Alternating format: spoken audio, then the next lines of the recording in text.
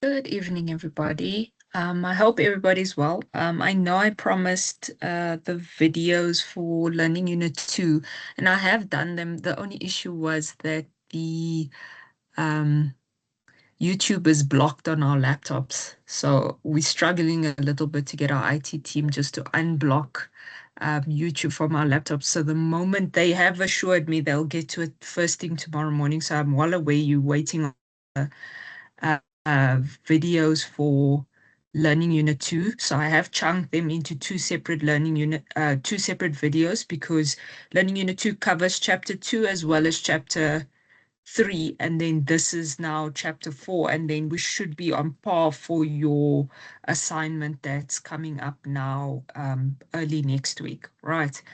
There is videos in regards to you as well that I'll also upload for you guys the moment YouTube works with me. I'm gonna try and see if I can embed them into Arc, if Arc will allow it in the meantime, while we're trying to get YouTube sorted out on our laptops. Okay, so for today's class, we're gonna cover demand and supply.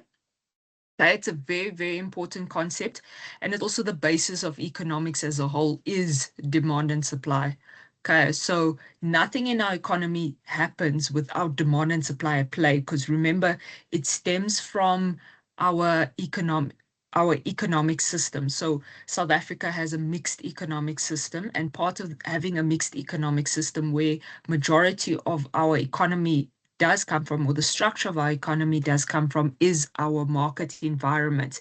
And in saying that, the market environment is the meeting point of buyers and sellers. And that's what happens with demand and supply. It's a meeting point of our buyers and sellers, buyers being consumers, so ourselves, and then sellers obviously being producers that supply us with these goods and services. Okay, so just for today's session, we'll be covering demand and supply, almost an introduction, and then we'll go into literally breaking down what do we look at when we refer to demand and what do we look at when we refer to supply.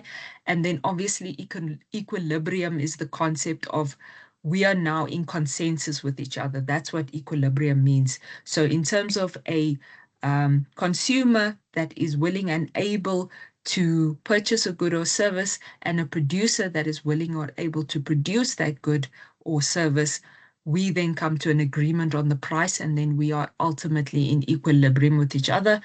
I don't think we'll get to consumer and producer surplus, but I will do a short chunking video for you guys on that. Okay.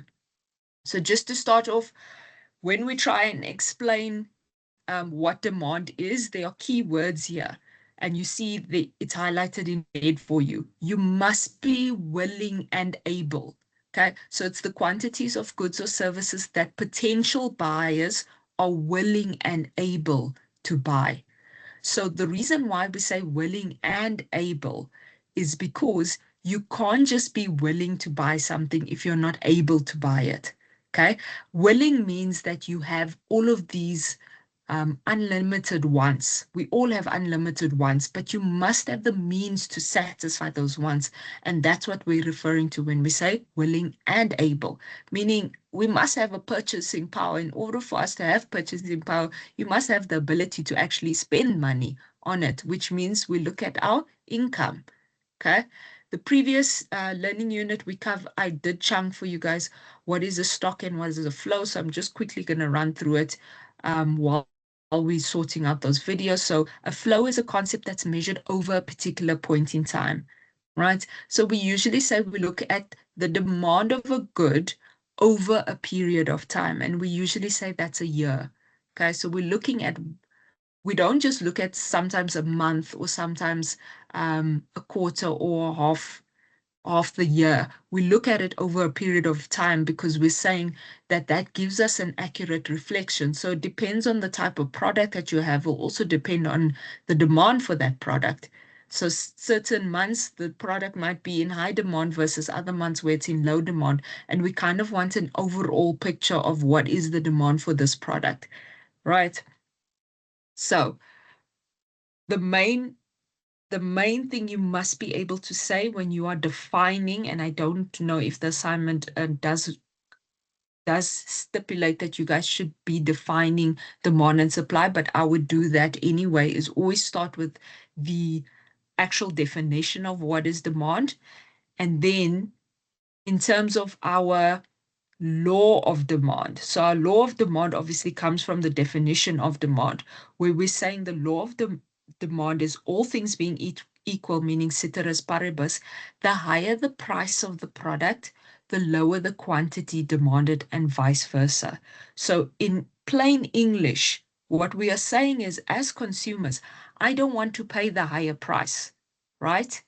I want to pay a lower price. So obviously, I'm going to look at either alternatives. If I can't look at an alternative product, so for example's sake, let's say we have Coke and we have Pepsi, right? That's the big one. We kind of comparing, we want to compare apples and apples at the end of the day, right? So we're saying Coke and Pepsi. If the price of Coke has gone up, we're going to look to alternatives, being the Pepsi, being Fanta, being Monster, any other alternative brands that we can do. But if we're also looking at, let's say, the price of petrol, and sadly, petrol went up today, we're looking at the price of petrol. So petrol has now increased. Is there an alternative? Meaning, can I now stop using petrol in my car? And the reality is no. So I'm going to accept the price because I don't have an alternative. Okay. So the idea behind a market economy is that we must have a lot of options. We have to have a lot of choices. And some of the products, we don't have an alternative choice, like electricity, like our petrol, because we can't afford solar electricity, or my car only runs on petrol, so I don't have an alternative, okay? But as consumers, we always want the cheaper option. So then we're saying, okay, when we're looking at the law of demand, we're breaking it up into what are the determinants, what are the factors that influence our demand, okay? So I'm going to leave the price because the price is kind of the obvious one. So I'll leave the price for now and I'll explain why in the other slides, why we leave the price for now. Okay, let's start with our income. So because of the definition of what demand is, you must be willing and able. So in saying willing and able, the able part of it is where our income comes in, right? So if we are not earning an income, we physically are not able to buy goods and services. All right, so that's the main one. We look at the price, yes, and that's why I'm going to leave the price for now. But the next alternative that we're going to look at is our income. Okay. And then as we work down, okay, we have our consumer taste and preference. What we're saying there is some consumers have a preference towards certain products. So I always use the example of Samsung versus iPhone, because I do believe iPhone is a bit of a cult, right? That's just a personal preference. Like you must be able to buy all of the Apple products in order for you to utilize and function well in this Apple economy that they've created. They've pitched themselves very well, but I don't see why I need to buy all of the products. I get it, but I also don't get it. Okay, so certain people will have a preference for Apple. I unfortunately have a preference, or fortunately for myself, I have a preference for Samsung. Okay, so reality is that even if Apple becomes cheaper, the products of Apple become cheaper, because I have a preference for Samsung, I'm still not going to change my behavior. It doesn't matter what the price is. And some people that still have a preference for Apple, even if Apple's price goes up or Apple's price goes down, the reality is people are still going to spend money on getting the new iPhone, getting a new version of the MacBook, whatever the case may be. Okay. And then we have the size of your household. Okay. So we're saying everybody has a unit, your household, and in your unit, in your household, you are demanding certain goods and services, right? We have a preference towards certain flavor, the butter, bread, whether you pick Checkers, Pick n Pay, Woolworths, whatever the case may be. So based on the size of the household, so for example's sake, if you now get a family member that's now going to stay in your house for the next 6 months, that family member is demanding goods and services. So that family member is now adding to your household. And because they are adding to your household, you are now going to demand more goods and services. Okay. And then we have prices of related products. And that's what I was talking about now, where I said substitutes is the big one. Okay, so we're always looking towards alternatives. So if the price of Coke goes up, is Pepsi then cheaper? Is Fanta then cheaper? Is Sprite cheaper? Okay, and I'll rather look towards those alternatives, the substitutes. Whereas complements are products that we tend to use together.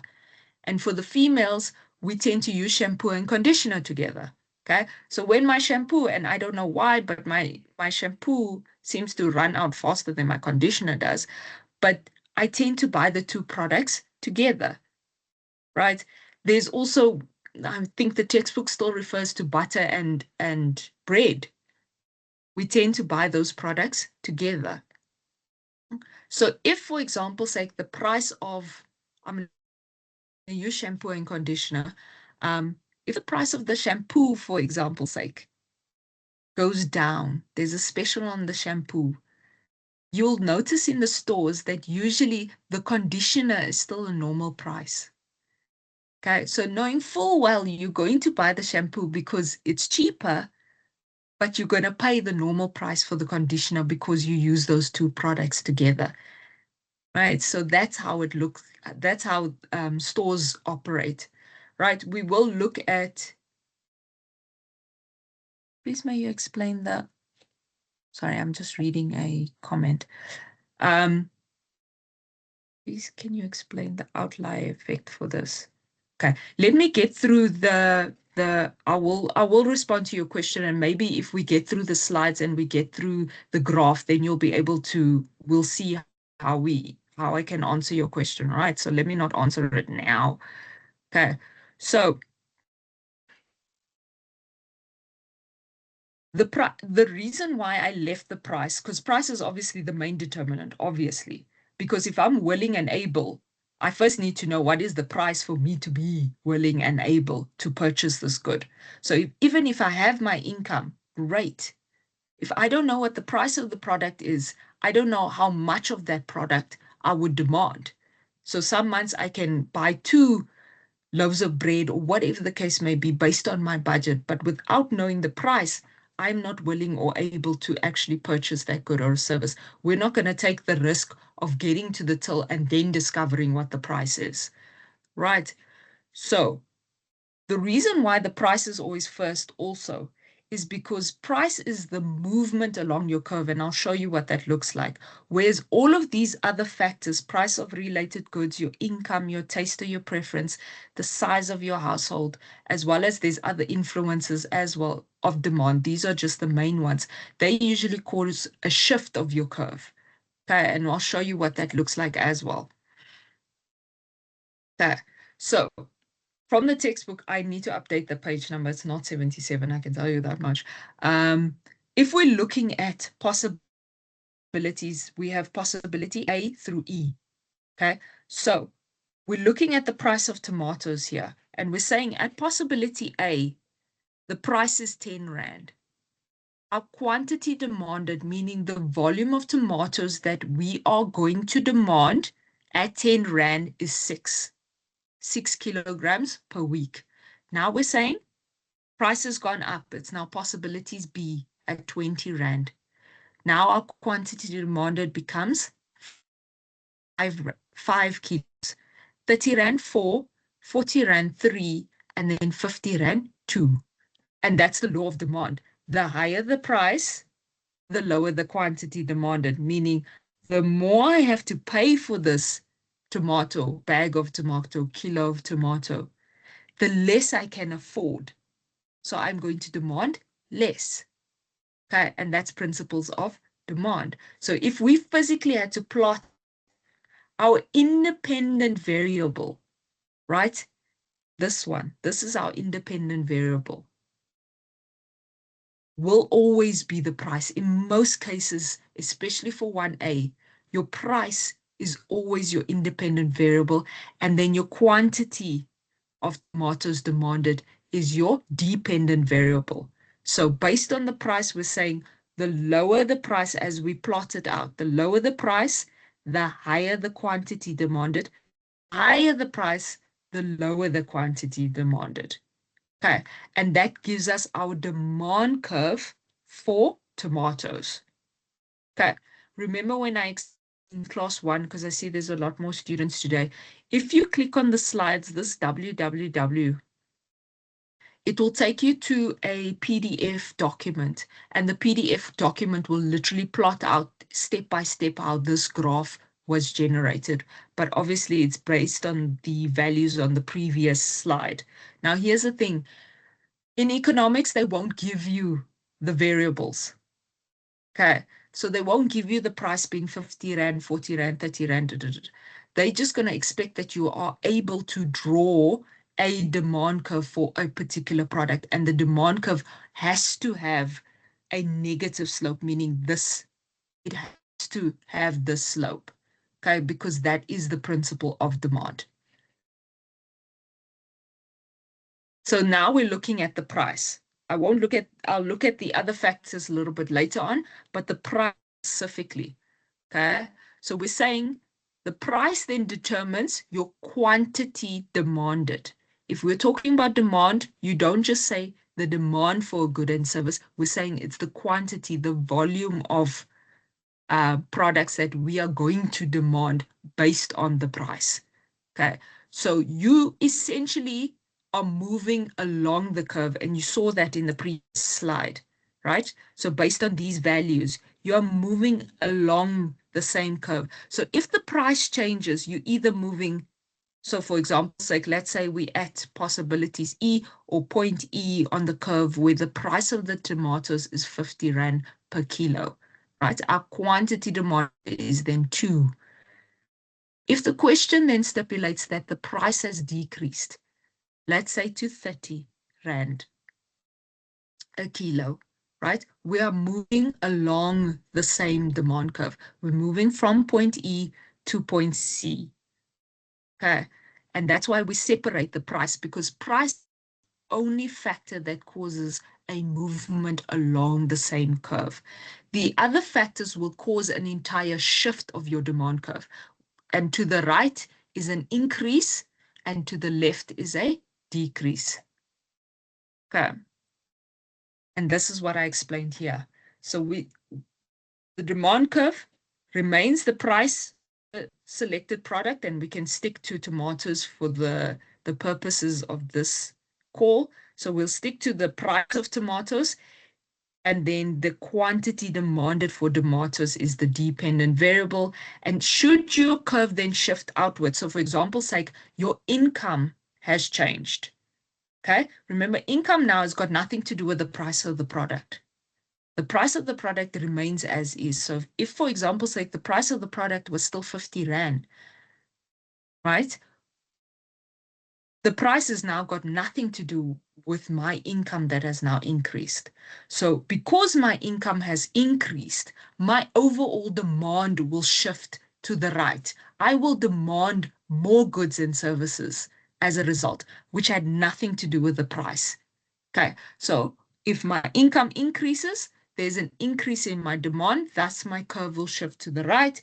If my income decreases, obviously it will have then the negative effect, and my demand curve will shift to the left.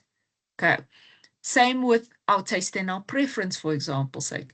If your taste and your preference on certain has now increased, i.e. the new iPhone is coming out, okay, my demand for iPhone will then shift to the right. If I now no longer want an iPhone, my taste has changed and I prefer Samsung, then my demand for the iPhone will shift to the left. Okay, so that's taste and preference. I won't get to the price of related goods yet because they have two separate curves. Okay, so we will cover that now shortly. Okay, so price of related goods. So I just gave you some examples here where we're saying substitute is tea or coffee, or for myself, I don't drink coffee. I'm a tea drinker. So my alternative would have been hot chocolate. Okay, your McDonald's or your Burger King or your KFCs, those are all alternatives, your Roman's pizzas, all of those. And then complementary products, obviously, like we said, is products that we tend to buy together. So your bread and your butter, in this case, your racket and your tennis ball. So if you're going to buy a racket, you're obviously going to buy a tennis ball, your shampoo, your conditioner as well. Okay, so those are all just examples. And what we're saying here is, okay, if for example's sake, I'll go back to shampoo and conditioner. If for example's sake, oh, that's not substitutes, that's complements. So substitutes, for example, let's use McDonald's and Burger King. Okay. If the price of McDonald's has suddenly gone up, right? Meaning there is a movement along the curve for McDonald's. Okay, so the price has gone up. So remember, that's the movement along the curve. What is then going to happen to, let's say, Burger King, my demand for Burger King? So if McDonald's has become now more expensive, meaning we're moving along the curve for the demand curve for McDonald's, because the price has now gone up, which means my quantity demanded for McDonald's has now decreased. What is now going to happen to Burger King? My demand for Burger King, because I'm looking at alternatives and the price of Burger King didn't change. Ultimately, my demand for Burger King will then increase. My curve will shift to the right. There we go. We're shifting to the right. Okay. So here's my example. I use Coke and Pepsi because that's an easier one to try and understand. So if the price of, and this is what I say to you, remember there's no values. We only showed you values so you can understand how a demand curve exists. It is based on values, but we're not going to give you those values. We're just going to say you're moving from P1 to P2, meaning you can add a price there. It's perfectly fine. It's just going to show us your understanding at the end of the day. So if you're moving from P1, right, there's the price of Coke. Let's say it is 20 Rand. Okay. And now the price of Coke has gone up. We are moving along the same demand curve for Coke. The price of Coke has now gone up. It's now 25 Rand. Right? What happened to our quantity demanded for Coke? It has then decreased, but it's not a shift, it's a movement because you're moving now from, if I put a point here, okay, so this is point A and that's point B. I'm moving from point A to point B on the same demand curve because the price has changed. But then what happens now? Because there are individuals here that are now no longer demanding Coke because it's more expensive. Okay, what is then going to happen in terms of Pepsi? Because we always want the alternative and the price of Pepsi hasn't changed, my demand will then move to Pepsi. So there will be a shift, an increase in the demand for Pepsi because the price hasn't changed, but it's cheaper than Coke, the new price of Coke. Okay, so that's how we look at it when we say these are substitutes. Substitutes, if the price of the one product goes up, the demand for the other product will increase because we always want a cheaper alternative. We will get to supply. Supply works a little bit differently. Okay, so that's now if you're looking at substitutes. If you're looking at complements, and here we're saying, let's look at bread and butter. Okay, so the price of bread has increased there. We said we were at P1, so bread might have been 18 Rand, for example's sake. Bread has now increased, it's now 20 Rand. So as a result, our quantity demanded has decreased, right? Because we're still on the same demand curve. Then what is going to happen to butter? Remember, the price of butter did not change at all. But because we use the two products together, the quantity demanded has decreased for butter, for bread, sorry, because the price is now more expensive. I will then also not be buying butter. The price of butter hasn't changed, but I won't buy butter. Therefore, my demand for butter has shifted to the left because I'm demanding less butter if I'm buying less bread. Okay, so the one is always a movement along the curve. And then ultimately, what is going to happen to your demand for the other product in remembering that the other product's price hasn't changed. Only the one product's price has changed. Okay, so even if we swapped it around and we said butter, the price of butter changed because I'm still buying bread, it would have the same effect because I'm using the products together. Okay, that's very simple answer. Okay, then we get to our income, right? And we have two concepts when we're talking about our income. Obviously, if our income increases, we will demand more. If our income decreases, we will demand less. It's very simple, okay? Because we will have less to, we'll have less money to spend. Therefore, we will ultimately demand less. Okay, then we have, that's a normal product. If we have a normal product, if my income increases, I will demand more because I can now afford to buy more. But now what happens if, for example, say my income increases and my demand for the product goes down? So the two are not working hand in hand with each other, they're opposite. Okay, then we call it an inferior good. So I just want you to understand that an inferior good in economics has got nothing to do with the quality of the product. We're just saying in a normal instance, if my income has increased, my demand for the products will increase. But if my income increases, but my demand for the product goes down, that product becomes an inferior good to us. Okay, so if in the question they are asking you anything on a change of income, and they don't mention it's an inferior product, you make the assumption it's a normal product. Okay, where if my income increases, my demand increases as well. Okay, in your textbooks on page 95 is the summary. This is also what I like about the textbook. There is always a summary, right? And to understand the summaries now very small, but in your textbooks it's better. The price is always first, and you saw there, the price is always causing the movement. All of these other factors causing shifts of your demand curve.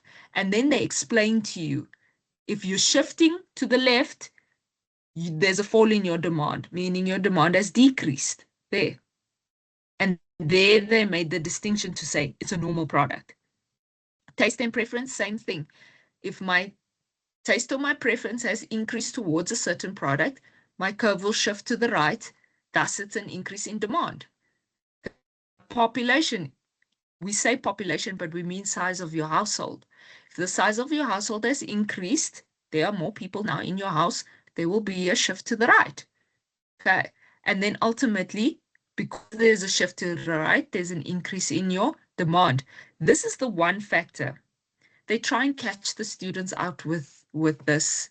Luckily, you guys don't have a test, but they do try and catch the students out when it comes to expected future prices. And we tend to use the petrol price as an example because it's the best example that we have. Okay. If, for example's sake, yesterday, okay, petrol increased today. Yesterday, I thought 5 times because I was like, okay, if the petrol price is going to increase, and I'm anticipating, I know that it's going to increase now every Wednesday, the first Wednesday of every month, okay?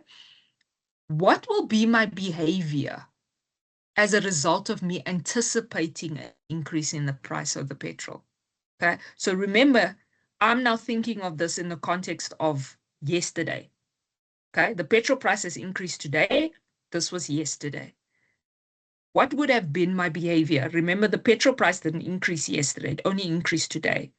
So I still had a cheaper price yesterday. So what was I going to do? And what do we all do? We tend to run to the petrol stations and we tend to fill up our cars because we're anticipating that today I'm going to pay more.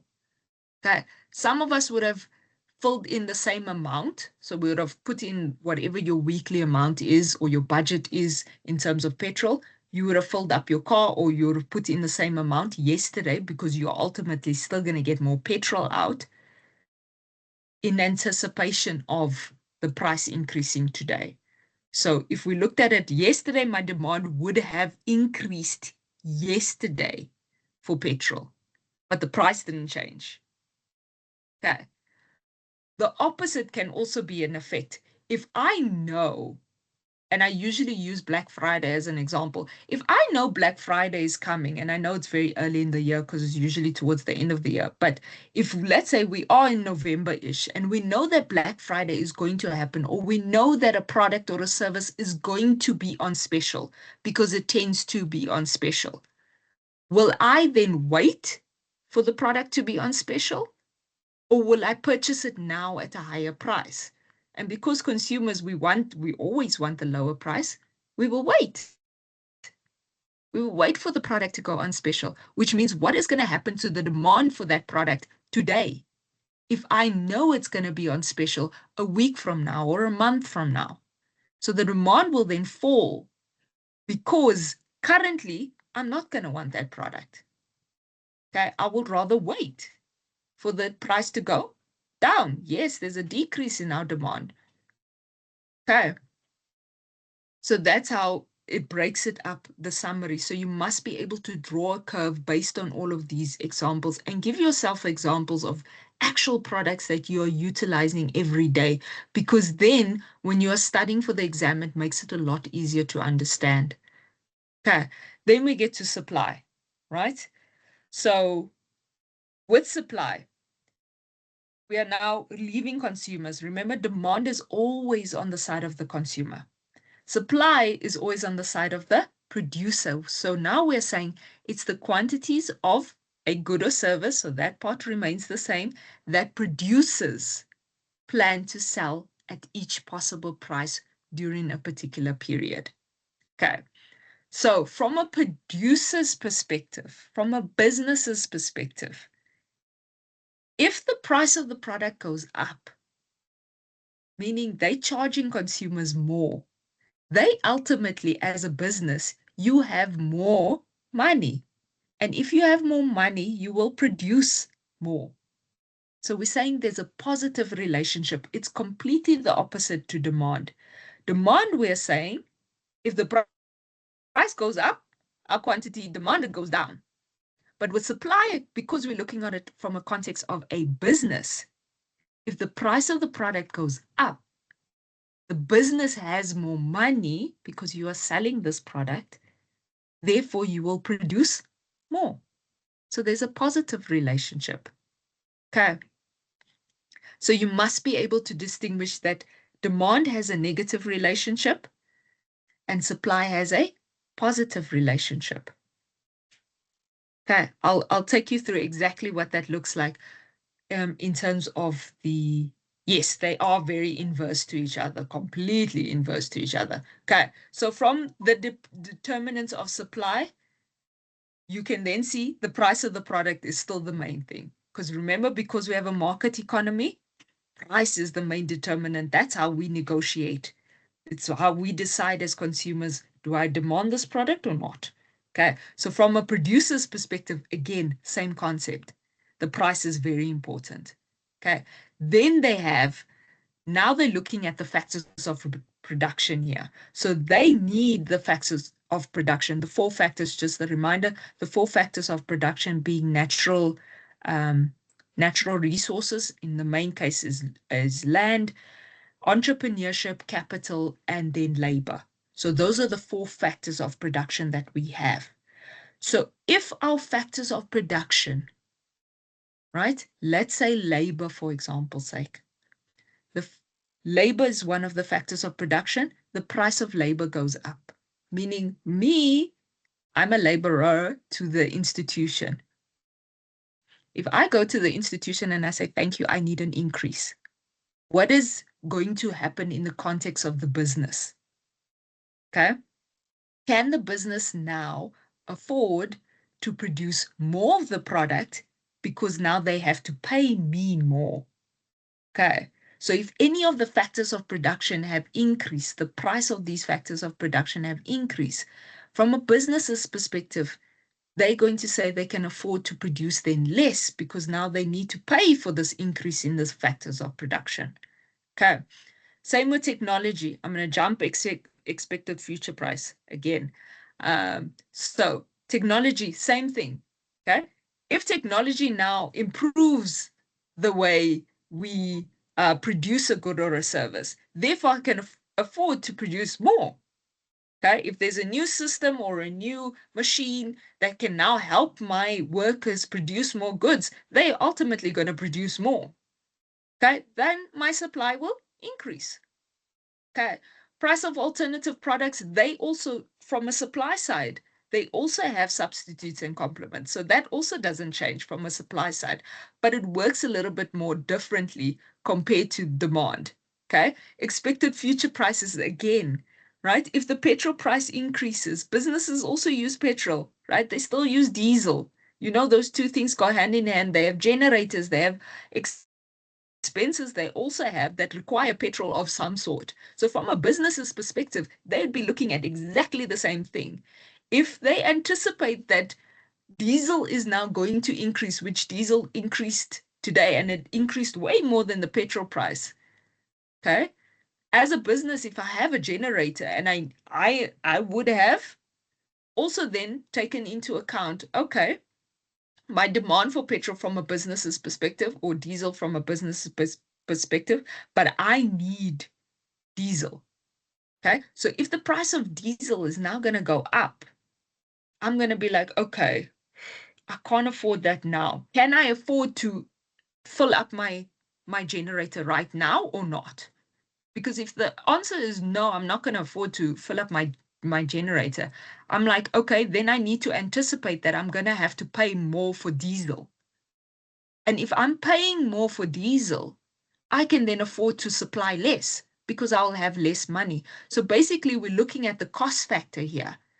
If anything in our costing of manufacturing this product increases, it's not that simple for a business to say, I'm going to increase the price of the product, because it depends on the product that you have. So if there's alternatives, you're going to try as much as possible to keep that price, that cost factor in-house, meaning I'm not going to push the increase of the price onto the consumer. I'm going to try my level best to see how I can manipulate my costing internally. And the only way I can do that is I'll supply less. I'll just manufacture less products because it's costing me more. Okay.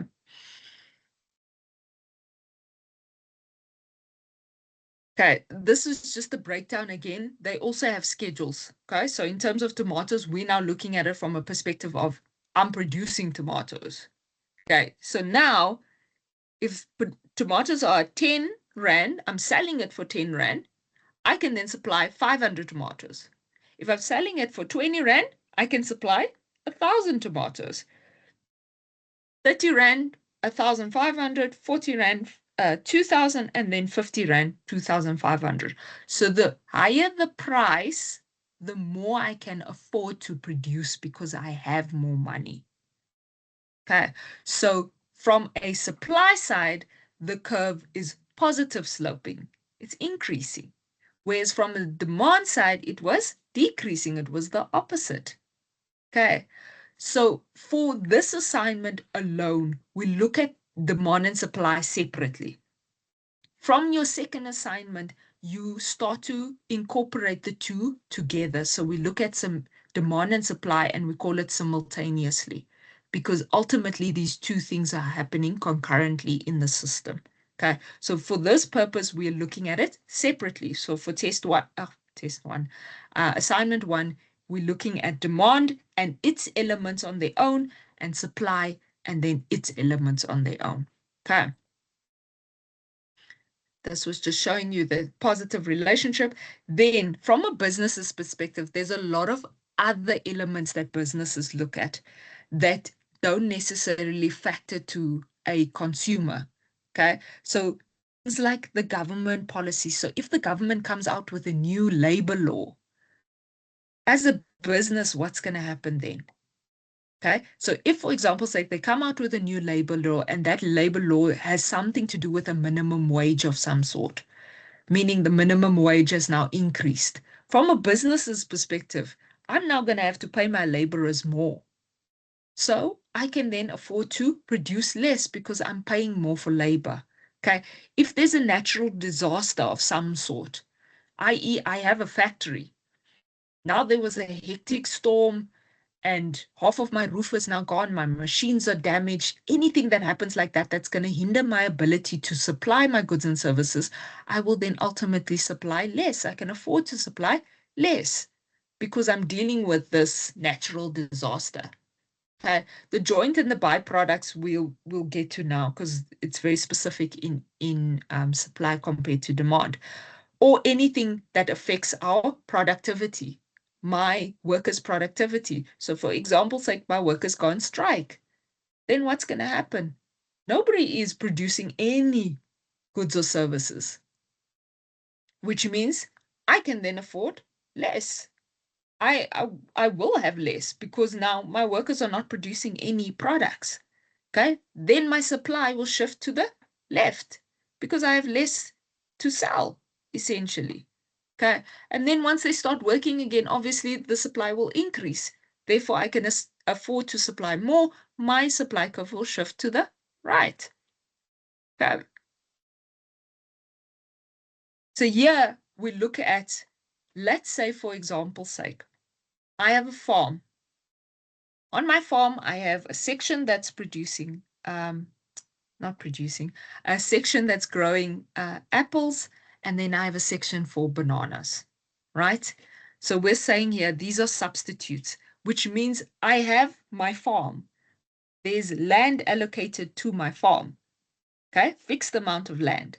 I'm either producing apples on a certain section or I'm producing bananas, okay? The two are now running together. Okay, so I'm splitting my farm in half. If, for example's sake, my price, I'm going to increase the price of my apples, which means my quantity supplied will increase. I can afford to produce more apples now. But because I'm affording to produce more apples, I need to take certain land away from bananas.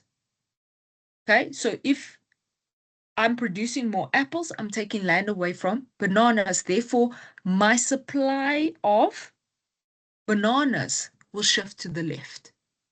But my quantity supplied of apples has increased.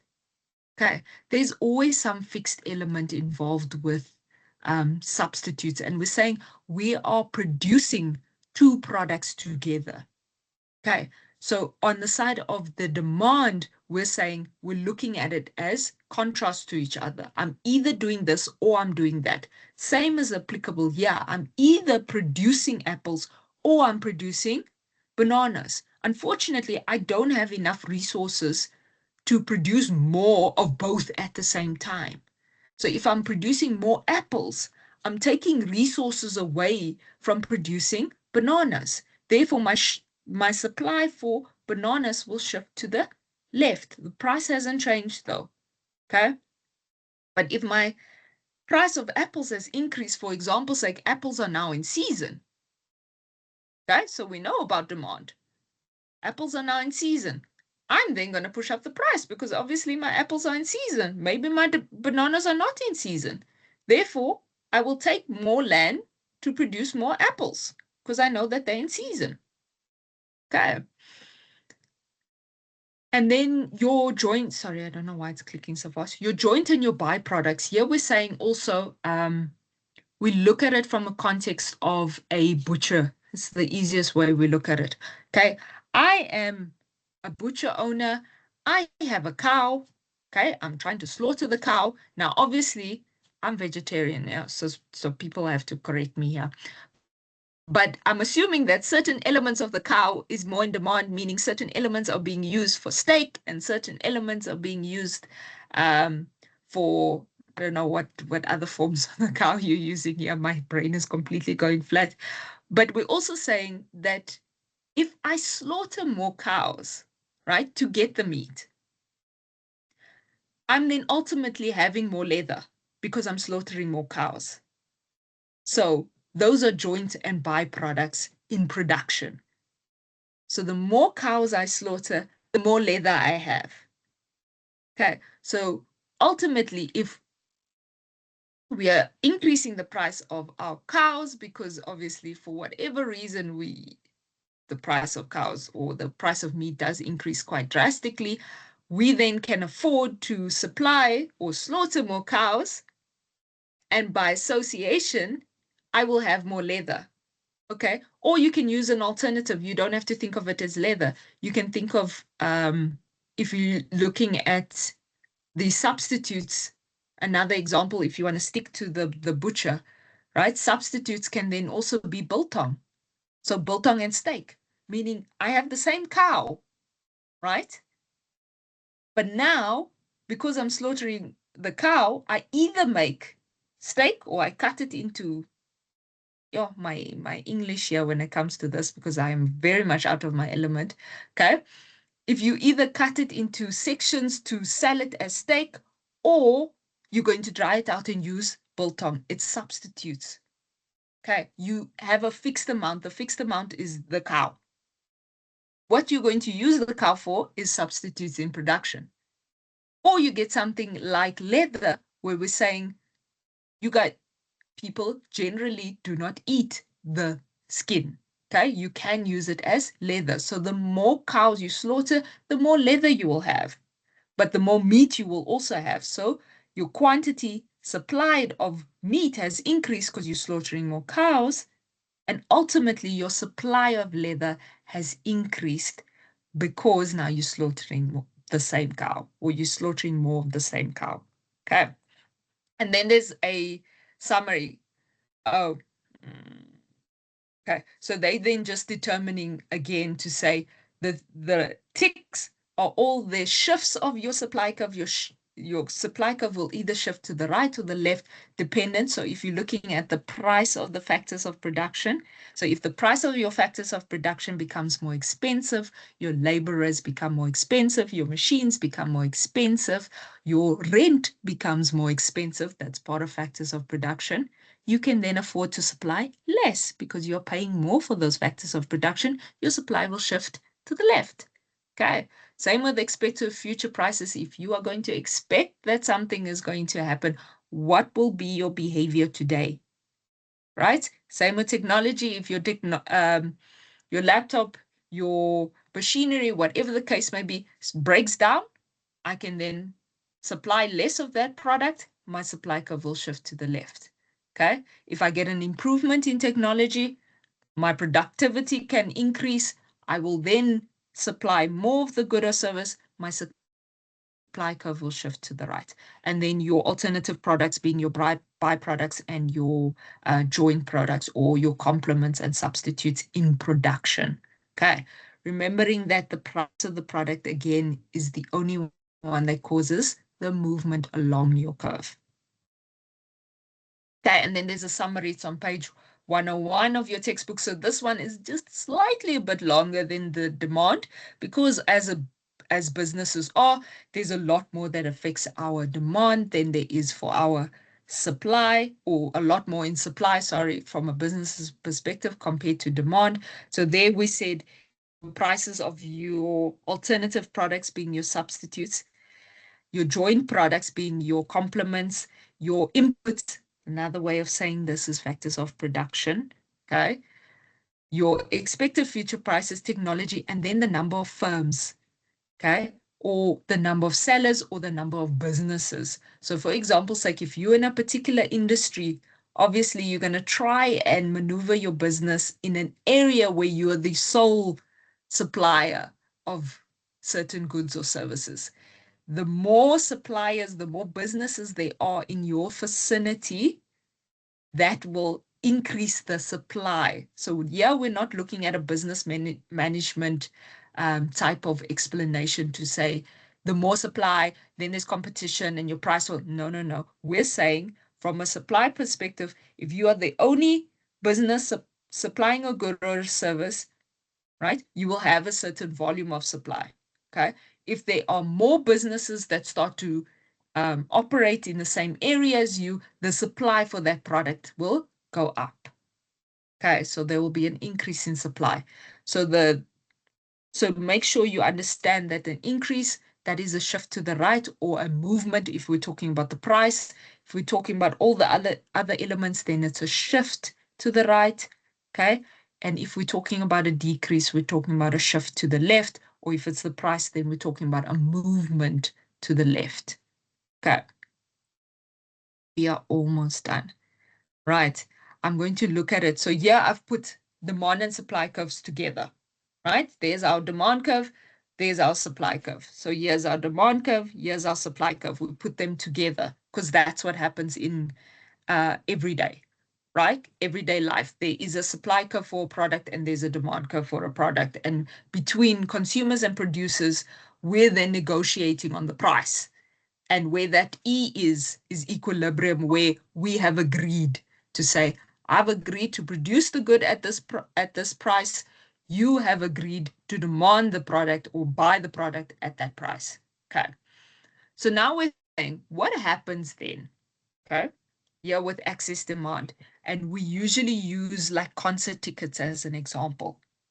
Okay. So with concert tickets, when you buy them, usually speaking, when the tickets go on sale, they usually go on sale almost in stages.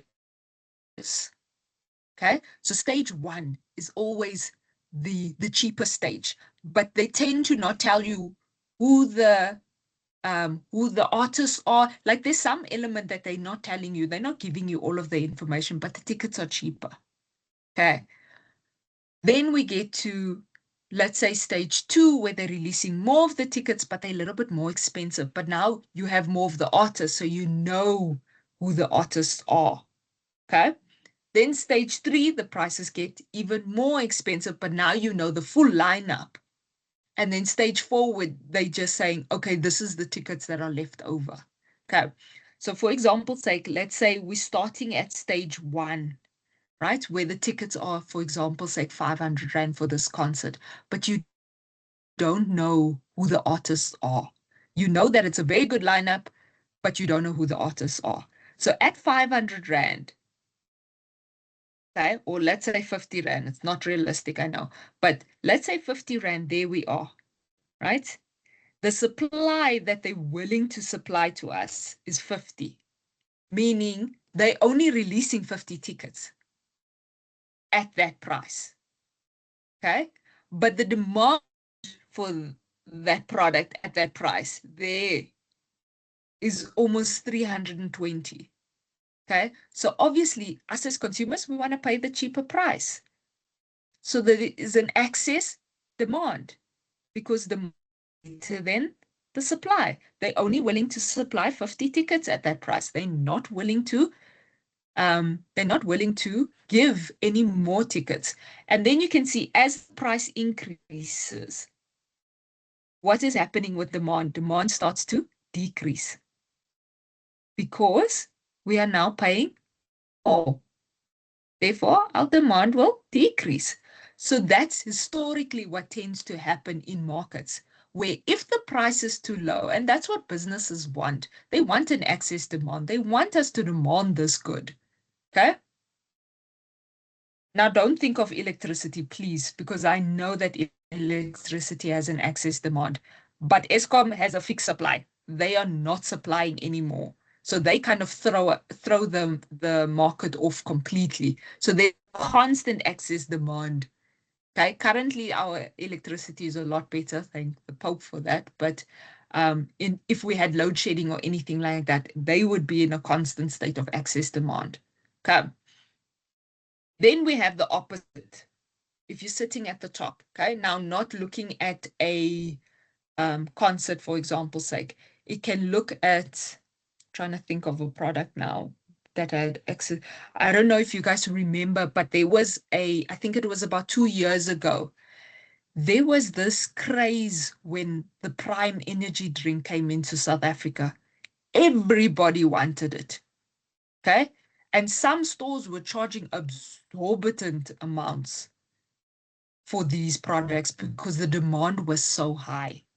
But then what happened when Checkers then completely threw the market off and they were charging something like 17 Rand for the Prime, and they had a whole section just on flavors and all of that. what then happened? That demand died down eventually, because that's what happens. Eventually, people get over it. Okay.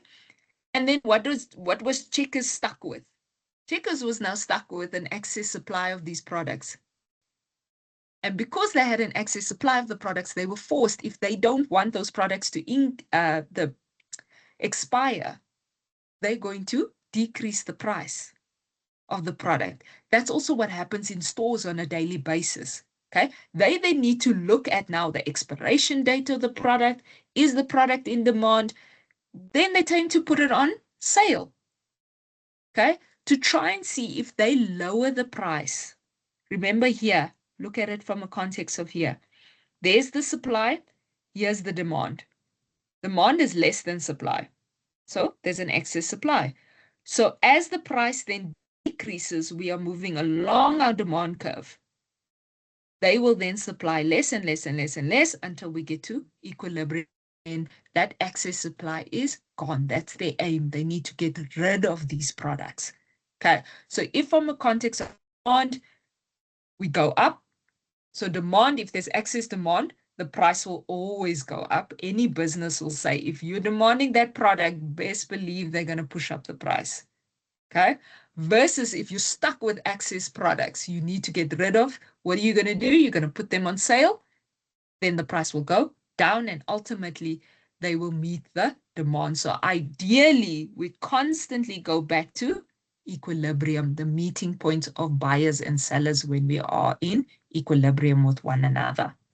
There's only 3 minutes left, so I don't know if any of you have any questions. You can unmute right now. I'm going to stop the recording though.